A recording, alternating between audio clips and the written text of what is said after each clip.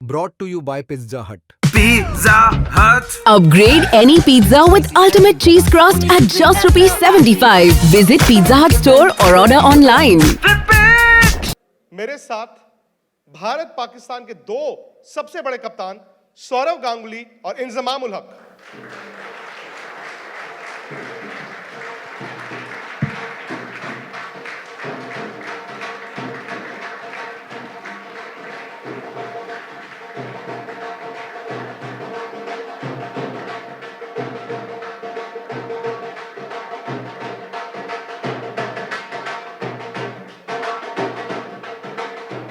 Welcome दादा। इंजी भाई, पहले आप दोनों के हाथ मिलवा दें, क्योंकि टॉस तो नहीं आप दोनों को करना है, लेकिन बातें खूब करनी है। आप दोनों ने इतनी कप्तानी की है एक दूसरे के खिलाफ। इंडिया पाकिस्तान दादा आमतौर पर कहते हैं बड़ी दुश्मनी है, कांटे की टक्कर है, पर मुझे मालूम है आप दोनों की तो दोस्ती बहुत थी।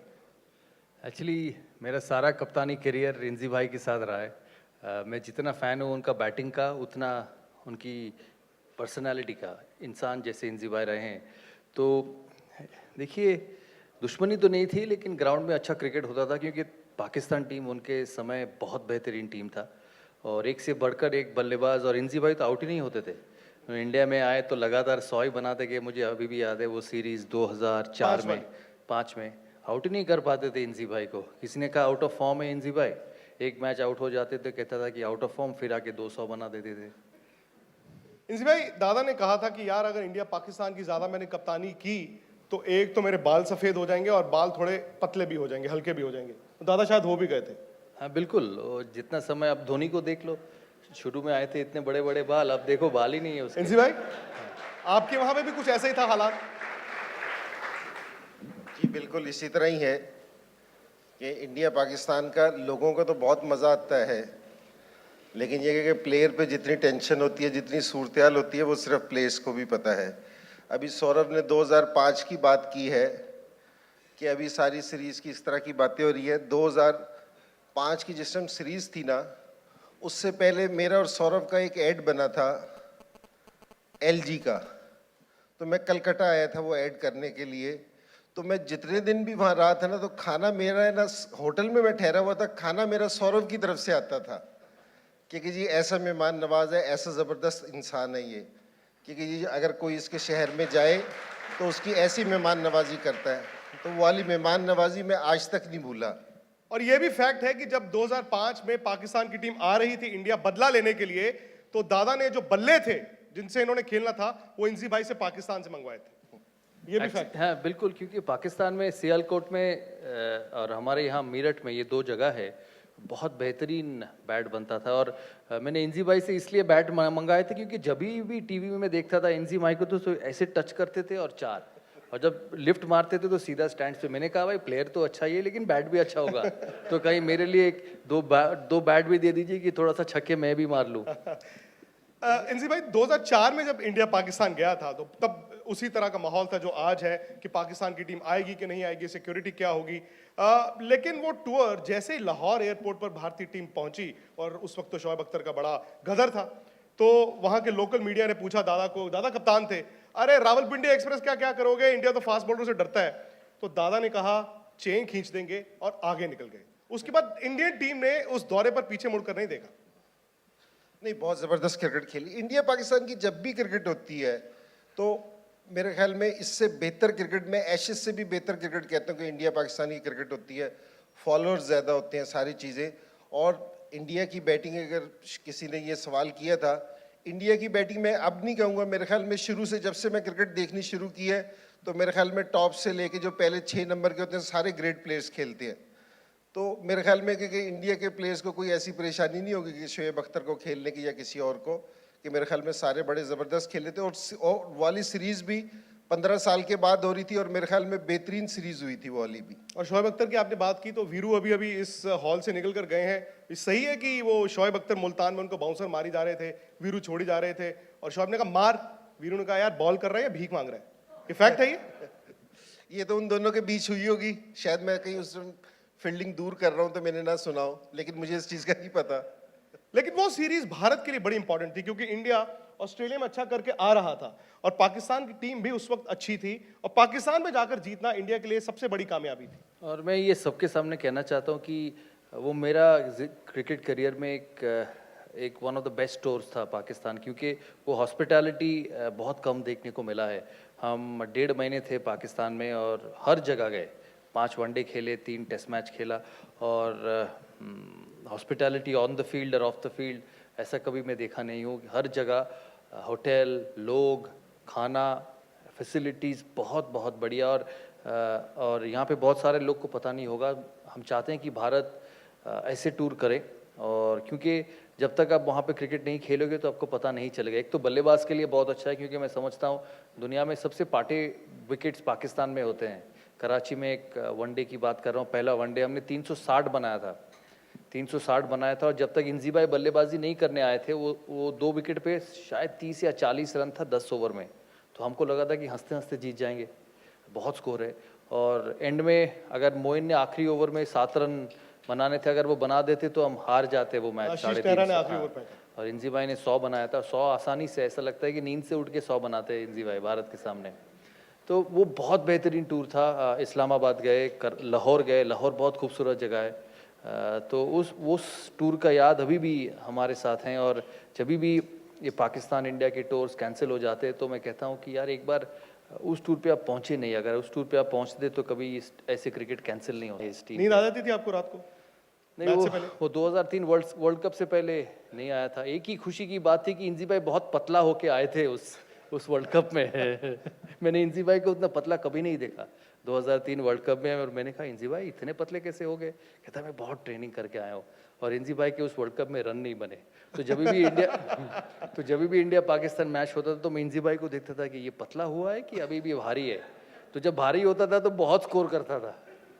इसका भी जवाब देता, ये जिसकी सौरभ बात कर रहा है जिस वर्ल्ड कप की, उस वर्ल्ड कप से पहले मैंने 19 kg अपना वेट कम किया था और उस वर्ल्ड कप में स्कोर भी मैंने 19 ही बनाया था।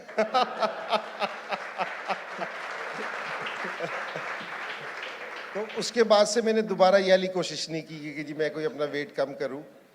तो मैंने कहा वेट तो यही होगा, 5-10 किलो कम होगा, स्कोर मैंने कहा इतने बर्दाश्त नहीं होंगे कि 5-10 स्कोर। तो ये वाली चीज़। इंजी भाई ये सच है कि जब भारत पाकिस्तान को हराता है काफी टीवी सेट टूटते हैं वहां पे? अच्छा, मैं जिस टाइम वर्ल्ड कप में ना मैं टीवी पे बैठा था, ये लास्ट वर्ल्ड कप में, तो मैच हार के तो लोगों ने टीवी तोड़ दिए। उन्होंने वो टीवी पे दिखाया कि जी टीवी तोड़े, बिल्कुल वाले टीवी तोड़े जो बिल्कुल काम करना छोड़ गए थे। अच्छा, टीवी पे जितने दिखे ना मुझे टीवी वाले टीवी तोड़ रहे थे जो बिल्कुल काम करना छोड़ गए थे, उन्होंने वाले टीवी तोड़ रहे थे। मैंने उस टाइम टीवी पे भी कहा था, मैंने कहा भाई ये वाले टीवी तोड़ रहे, ये चलते भी नहीं होंगे। तो इतना, लेकिन इंडिया से और दोनों तरफ यही है कि जी जीतने से पहले मैंने कहा था कि जी इंडिया पाकिस्तान का एशिया कप का कल फाइनल था, लेकिन मेरे ख्याल में फाइनल से पहले फाइनल था पाकिस्तान और इंडिया का। हालांकि पाकिस्तान की टीम इतनी अच्छी नहीं थी, लेकिन पाकिस्तान के और इंडिया के मैच की जीतने की भी उतनी खुशी होती है और हारने का रिएक्शन भी उतना ज़्यादा होता है। आप और आपकी कप्तानी में जो 2-3 सीरीज हुई उसमें वीरेंद्र सहवाग सबसे बड़ा फैक्टर थे इंडिया की तरफ से भी। नहीं, बिल्कुल। और मेरे लिए कप्तानी करना उस पर इतना मुश्किल है ना कि टेस्ट मैच का पहला दिन है और पहला घंटा चल रहा है तो 5 फील्डर बाउंड्री पे मैंने खड़े कर रखे हैं। मुझे अपनी कप्तानी पे खुद भी शक हो रहा है कि मैं सही कर रहा हूँ, गलत कर रहा हूँ, क्या हो रहा है। तो क्योंकि आते ही ना फील्डर देख रहे कि मैंने मिडॉन पीछे ले ली है तो भाई इधर हिट ना मारो, उसके ऊपर से हिट मार देता था। मिड विकेट पीछे ले ली, उस पर मार देता था। तो इसके लिए जिस टाइम ये सहवाग विकेट पे खड़ा हो जाता था, इसके लिए ना स्कोर रोकना, इसके लिए फील्डिंग सेट करना ना बहुत मुश्किल है। मैं ये कहता था कि ना इसकी अपनी इज्जत है ना ये किसी की इज्जत करता है। बिल्कुल मारे जाता है। तो ऐसे प्लेयर्स को, और बड़ा खतरनाक प्लेयर था, और इसमें जो क्वालिटी थी वो ये थी कि ये नहीं कि इतना तेज खेलता था, कोई थोड़ा स्कोर करता था, स्कोर भी फिर हमारे खिलाफ 200-200 करता था। और 300 भी। 300 भी किया, 200 भी करता था। तो बड़ा मुश्किल था ऐसे प्लेयर पे ना, इसके लिए फील्डिंग सेट करना, इस पे कप्तानी करना बहुत मुश्किल चीज थी। सही बात है, ये अभी बता रहे थे वो कि एक टेस्ट मैच था शायद विक्रांत, बैंगलोर। मैं एक चीज़ कहना चाहता हूँ सहवाग के बारे में। मैंने गावस्कर को कभी लाइव देखा नहीं है, क्योंकि उन्होंने जब क्रिकेट खेली थी तब मैं छोटा था, टीवी में देखता था। लेकिन वीरेंद्र सहवाग से बड़ा ओपनर मैंने इंडियन क्रिकेट में देखा नहीं है। और शायद अगला 10-15 साल या पता नहीं कभी ऐसे प्लेयर आएंगे कि नहीं जो इस इंटेंसिटी से बैटिंग कर सकता है। आपको बोलना पड़ता था कि वीरू थोड़ा सा रोक ले। मैं उनको कभी ये कहा नहीं कि वीरू मैच जीतना है थोड़ा सा जल्दी खेल ले। उनको कहना पड़ता था कि वीरू थोड़ा सा रोक ले। और मैं वनडे क्रिकेट में कहता था, मैं जब ओपन करता था, मैं 3 नंबर तो दोनों पैड पहन के बैठे थे, तो मैं उनके पास आता था कि वीरू देख इंपॉर्टेंट मैच है, तू 20 ओवर खड़ा होगा तो हम मैच जीत जाएंगे, तू पहला 5 ओवर सिर्फ रोक ले। तो किसी कप्तान ने नहीं कहा होगा किसी ओपनर को पावर प्ले में कि पहला 5 ओवर तू रोक। तो उनका रिएक्शन, वो कहता हाँ ठीक है, लेकिन जाके करता था वही। ये उनकी खासियत थी कि मैं एक इंसिडेंट कहता हूँ। लॉर्ड्स में जो हम 325 चेस किए, तो मैं और वीरू ओपन कर रहा था, तो मैं बहुत गुस्से में था ब्रेक टाइम पे। मैंने कहा भाई फिर किसी ने 325 कर दिया, 3 फाइनल हार चुके, शायद ये भी हाथ से निकल जाएगा। और इंग्लैंड का अटैक बहुत अच्छा अटैक था, फ्लिंटॉफ, हॉगार्ड, गॉफ, कैडेक। तो मैंने कहा लॉर्ड्स पे फिर 325 चेस करना उतना आसान नहीं होगा। तो जब दोनों बैटिंग करने जा रहे थे तो मैं आगे, वीरू पीछे, तो वो सीटी मारते मारते जा रहा था। मैंने कहा भाई 3 फाइनल हार चुके हैं, तू सीटी मारे जा रहा है। हाँ, एक तो 325 हम करवा देते हैं हर मैच, और उसके बाद दोनों को जाके ओपन करना पड़ता है और फिर जीतना भी पड़ता है। कहते हैं आप सोचो मत, ये मैच हम जीतेंगे। मैंने कहा चल ठीक है, बैटिंग करते हैं। तो शुरुआत अच्छी हुई। हम पहले 10 ओवर में शायद 65 नो लॉस थे। तो मैंने कहा वीरू देख स्टार्ट अच्छा मिल गया है, अगर हम दोनों 20 ओवर तक खड़े हो जाते, 20 ओवर में 150, 160, बाकी हम बना देंगे इस स्कोर को, क्योंकि विकेट बहुत अच्छा है। मैंने कहा देख रॉनी ईरानी डालेगा वो सेंट से, तो उसको ज़्यादा कुछ नहीं करना। तो ये ओवर में 1 चौका मिला तो ठीक है, सिंगल लेके हम 7 या 8 कर देंगे, क्योंकि हमें अच्छा स्टार्ट मिला। कहता हाँ डोंट वरी। तो ठीक है, मैं नॉन स्ट्राइकर इन पे खड़ा हो गया। पहला बॉल ईरानी ने हाफ वॉली डाला, उसने कस के कवर से दिया 4। तो हाफ वॉली था, मैंने कुछ कहा नहीं वीरू को। मैं कहा वेल प्लेड वीरू, संभाल के। कहता हाँ डोंट वरी। फिर दूसरा उसने ऐसा मिडिल स्टंप पे दिया, वो बैठ के उसने उसको स्वीप मारा ऐसे, फिर 4। तो मैंने कहा वीरू देख 8 रन हो गया है, तो कुछ और मत करना, क्योंकि इस ओवर अच्छा चला गया है हमारे लिए। कहता आप चिंता ना करो। तीसरा फिर वो स्वीप मारने गया था, फिर देखा ऑफ स्टंप के बाहर है, ऐसे कर दिया उधर से 4। तो मैंने कहा वीरू ठीक है, तू सीधा तो खेल ले, तू ऐसे ऐसे कर रहा है, कहीं निकल जाएगा एक बॉल स्वीप मारते हुए तो आउट हो जाएगा, तो ये जो सारा स्टार्ट मिला है हमें वो ख़त्म ही हो जाएगा। कहता नहीं, अगला 2-3 बॉल में आउट नहीं होगा, सिंगल खेल के आपको देता हूँ। फिर अगला उसने मिडिल स्टंप पे दिया, ऐसा फ्लिक मारा स्क्वायर लेग के ऊपर से 4। मैंने उसके बाद देखा ही नहीं उसको। मैंने कहा तू जो मर्जी कर ले, अगर तू आउट हो गया तो मैं लॉर्ड से सीधा तुझे इंडिया भेज दूंगा, तो होटल नहीं जा पाएगा। फिर अगला 2 बॉल उसने डिफेंस किया जाके। तो वो ऐसे खेलता था, उसका क्रिकेट गेम कंप्यूटर जैसा था। तो अभी ए दबाना है, बी दबाना है, सी दबाना है, डी दबाना है। इनके सामने उन्होंने जो 300 किया, 150 पे खेल रहा था, तो वापस आया ड्रेसिंग रूम में। मुल्तान बहुत अच्छा पिच था, तो सकलेन डाल रहे थे ऑफ स्पिन। मैंने कहा वीरू बड़ा स्कोर बनना है। कहता है देखो मैं ये डिसाइड किया हूँ, मैं 190 पे छक्का मारूंगा, तो अगर 200 पहुँच गया तो तभी भी छक्का मारूंगा। मैंने कहा तू पागल हो गया, तू पाकिस्तान में खेल रहा है, पहला सीरीज़ है, हम टॉस जीता है, हम 350 पे 2 है, ये टेस्ट मैच जीत जाएंगे तो फिर एडवांटेज होगा। कहता नहीं आप चिंता ना करो। उसने 194 से छक्का मारा 200, 200 से छक्का मारा 300, और फिर 94 से 100 बनाया, वो भी छक्का मार के। तो धोनी जैसा आखिरी बॉल में हर मैच में छक्का मार के जीता था, वीरू भी वही करता था कि टेस्ट मैच में 100 पहुंचना है, छक्का मार के। और ये भी सच है कि आपको उन्होंने कई बार चैलेंज किया कप्तान के तौर पर। बैंगलोर की भी बात कर रहे थे टेस्ट मैच में, उन्होंने आपको कहा इंसी भाई लॉन्ग ऑन को आगे बुला लो, जरूरत नहीं है क्योंकि मैं ऊपर से मार दूंगा। आपने कहा नहीं, तो उसने कहा कि अगर इस बॉल पे मैं छक्का नहीं मारूंगा, आप फील्डर को फिर उसके बाद अपने हिसाब से। और अगली बॉल पे उन्होंने वाकई लॉन्ग ऑन से छक्का मारा। नहीं, ये ठीक है क्योंकि खतरनाक प्लेयर था। मैं वैसे एज ए कप्तान खुश होता था कि अगर कोई ऊंचा खेल ले ना, तो मैं खुश होता था कि ये हवा में बॉल हर 2 मिनट के बाद फेंकता, किसी भी टाइम आउट हो जाएगा। इस प्लेयर पे डर लगता था कि ये वैसे नीचे ही खेले तो अच्छा है। तो ये खतरनाक प्लेयर है, तो इस तरह खेलता, इसका नेचुरल था कि ये स्ट्रोक प्लेयर्स था, अगर जहाँ इसको बॉल मिलती थी ये ज़रूर खेलता था। कुछ प्लेयरों में ये वाली चीज़ है, और ये बड़ी अच्छी अपनी उस चीज़ को यूटिलाइज करता था। इंजी भाई मैं कुछ सवाल दर्शकों को छोड़ दूं फ्लोर पे दादा के लिए आपके लिए, लेकिन एक आखिरी सवाल मेरा ये है कि शाहिद आफरीदी की उम्र कितनी है इस वक्त? जो आखिरी मैंने सुनी थी तो 21 थी। इसीलिए वो उस दिन रन आउट हुए हैं दुक्का लेते हुए 21 समझ के। हिंदी भाई मैं ऐड करना चाहता हूँ, 21 साल पहले मैं तभी भी 21 सुना था। तो शाहिद आफरीदी है ना, कुछ लोगों की ना उम्र नहीं बढ़ती, वो सदाबहार एक जैसे रहती है। तो शाहिद आफरीदी उनमें से एक है और बड़ा ज़बरदस्त प्लेयर है। तो अभी नई परफॉर्मेंस हो रही, लेकिन इंशाल्लाह होपफुली कि वो देगा। तो जिस टाइम वो परफॉर्मेंस देगा ना, उस टाइम उससे पूछेंगे कि भाई तेरी उम्र क्या है, उस टाइम वो सही बताएगा उम्र। दादा जब आपने क्या बोलते हैं ज्वाइन की थी इंडियन टीम, तब बहुत ये बात हुई थी कि आप सोर्स की वजह से आ गए हैं, लेकिन फिर सर जब आप इंग्लैंड गए थे आपने 3 मैचेस में लगातार 3 सेंचुरीज मारी। तो सर नहीं 2 मैच में 2 मैच में सर, तो सर कितना प्रेशर था आप पे सर वो मारते हुए? एक्चुअली जब इंग्लैंड गया था तो अब छोटा उम्र था उतना, तो ये जो सोर्स और कोटा की बातें हुई थी तब मुझे पता नहीं था, क्योंकि तब मीडिया इस ज़माने का जैसा नहीं था, कनेक्टिविटी। यहाँ पे तो खबर 12 बजे निकला तो 12:05 को पूरी दुनिया को मिल जाता था। तो उन समय इतना इंटरनेट नहीं था, वाईफाई नहीं थी, मोबाइल फ़ोन्स नहीं था, तो इतने खबर नहीं आते थे। तो मुझे पता भी नहीं चला था कि ये सब बातें भारत में हुआ है। तो जब वापस आया इंडिया में तो तब एक स्पोर्ट्स स्टार मैगज़ीन होता था, तो मैंने वो उठाया। वो हमारा 3 महीने का टूर था इंग्लैंड। तब बड़े बड़े लंबे टूर्स होते थे, क्योंकि साइड गेम्स भी होता था, टेस्ट मैचेस भी होते थे और वनडेज भी होते थे।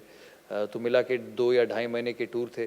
तो जब वापस आया तो मैंने एक दिन एक स्पोर्ट्स स्टार उठा के देखा तो ये कॉलम थी उसमें, और कहीं किसी पास खिलाड़ी ने लिखा था कि शायद इस जोन से हैं, इसीलिए कोटा सिस्टम में आए हैं।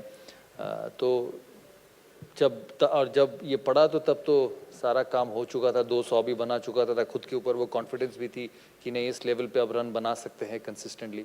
मैं समझता हूँ कि जब आप क्रिकेट खेल रहे हैं, आप सफ़ेद कपड़ों में है, मैं ये सोच रहा हूँ कि आप क्रिकेट खेलते हैं तो जितना कम न्यूज़ आपके पास पहुँचे वो अच्छा है आपके लिए, क्योंकि फिर आपका जो फ्रेम ऑफ माइंड है वो सही रहता है। क्योंकि अगर आप रोज़ अखबार पढ़ ले, इंटरनेट देख ले, मैगज़ीन्स उठा ले जहाँ पे आपकी क्रिकेट की हर दिन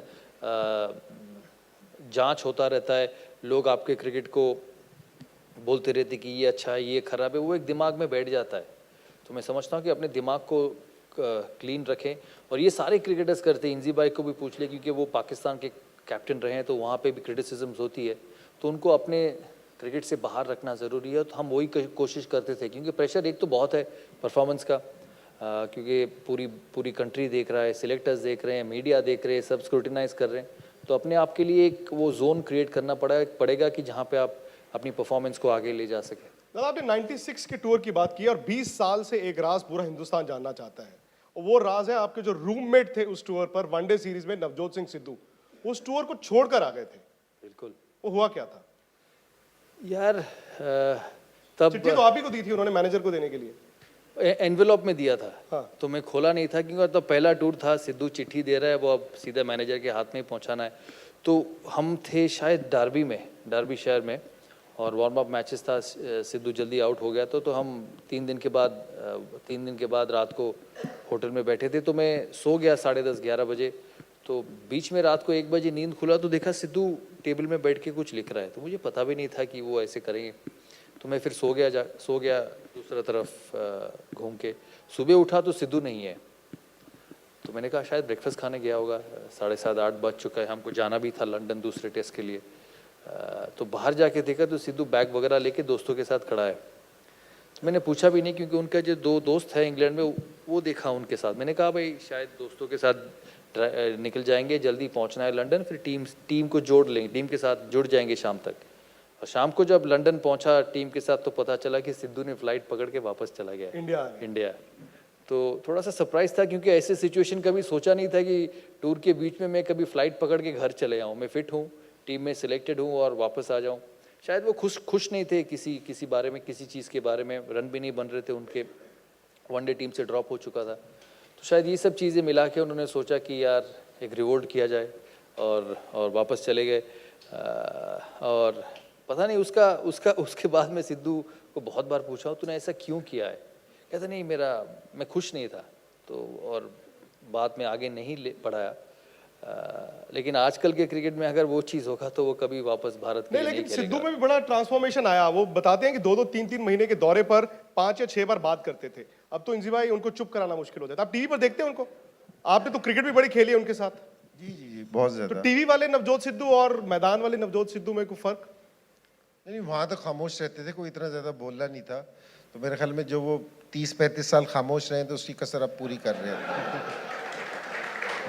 और 2 ट्रैक सूट में वो पूरा दौरा निकाल देते थे। आप डिजाइनर कपड़े पहनते हो जी? 2 ट्रैक सूट में पूरा टूर निकालते थे, अब डिजाइनर कपड़े पहनते हो। नहीं, मैं कह रहा हूँ कि वो हर चीज़ की कसर जो उन्होंने 35 साल नहीं की शुरू के, तो अब सारी चीज़ें कर रहे हैं।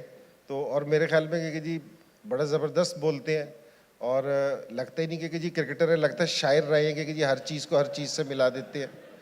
तो बल्लेबाजी में भी शायरी करते थे। वो 96 का वो world cup quarter final Bangalore में उन्होंने शानदार बैटिंग की थी आपके खिलाफ। नहीं, खेलते तो बहुत अच्छा थे, इसमें तो कोई शक नहीं कि बड़ा ज़बरदस्त प्लेयर थे। और उसमें 96 के वर्ल्ड कप में भी बड़ी ज़बरदस्त खेला था। खेलते तो बहुत अच्छा थे, इसमें कोई ऐसी चीज़ नहीं थी। लेकिन बोलते ज़्यादा अच्छा है। बोलते भी बहुत ज़बरदस्त हैं। उनके काफ़ी सारे चीज़ें मुझे याद है कि जी उनको पीछे से मैं और मोइन स्लिप में खड़े होते थे तो उनको काफ़ी एक छेड़ते थे। तो हमारा एक फास्ट बॉलर था जाहिद, तो कनाडा में खेल रहे थे, तो वो बहुत तेज़ था मोहम्मद जाहिद। तो मोइन उनको मुसलसल छेड़े जा रहा था। तो उन्होंने वो अभी इंडिया ना वेस्ट इंडीज़ का टूर करके आई थी, तो सिद्धू जी ने कहा मैं अभी पूरे कालों को झेल के आया हूँ, पूरी काली टीम को। कि वेस्ट इंडीज़ के उस ज़माने में फास्ट बॉलर सारे बड़े मशहूर होते थे। तो मोइन फिर भी छेड़ता जा रहा है, छेड़ता जा रहा है, छेड़ता जा रहा है। तो आखिर में तंग हुए, कहते हैं तू कोई 100 बंदरों का जूस पी के पैदा हुआ है। स्पोर्ट्स तक पर आपको न सिर्फ खबरें मिलेंगी बल्कि आपका ओपिनियन भी मैटर करता है। ये आप ही का मंच है। आइए बताइए भारतीय क्रिकेट टीम से आप क्या उम्मीद करते हैं। रहिए स्पोर्ट्स तक के साथ, सब्सक्राइब कीजिए स्पोर्ट्स तक को यूट्यूब और फेसबुक पर।